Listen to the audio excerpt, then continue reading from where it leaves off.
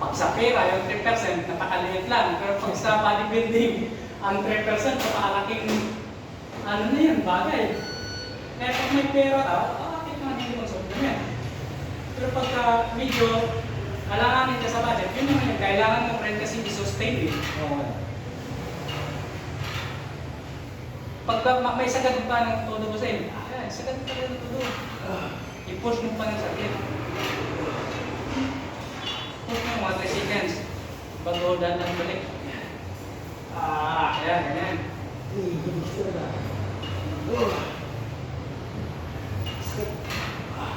Isip mo. Kasi talaga, kailangan mo talagang yun yung sinarayan, labanan mo talaga yung sakit. Yan yung lagi sinasabi nila nakakaramdam ka na ng kaunting pangangalay ng muscle mo, aayaw mo na. Kailangan.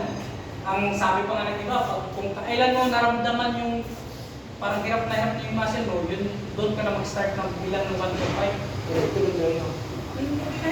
Mabagal lang, basta yun na yung last 5 reps mo. Tapos ito yung Kasi yung adaptation ba yun? Muscle adaptation, Para yung limit ng muscle mo kasi susunod, mahigitan. Doon sa ganito pa parang normal na sa kanya, kaya pwede ka nang mag-upgrade ka ng bagong level ng o bigat. 2 days na mag-upgrade ko yung mag-upgrade. Pagka, di ka sanay? Hindi, pag magdadagdag ko yan, pagka isang ito, susunod mo magdadagdag ko yan. Doon mas Kasi ano pala yun, nag-a-adapt pa lang yung legs mo Pero pag naabot niya na yung parang maximum niya na hindi na basta-basta sumasakit yan.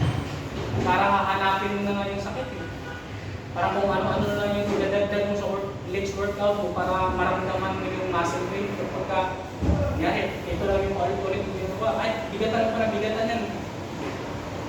Hindi na gano'n katindi yung muscle pain niya. Kasi kumbaga yung muscle ko, immune sa ganun parusa. Makaka-adapt mo yung muscle natin tagalan.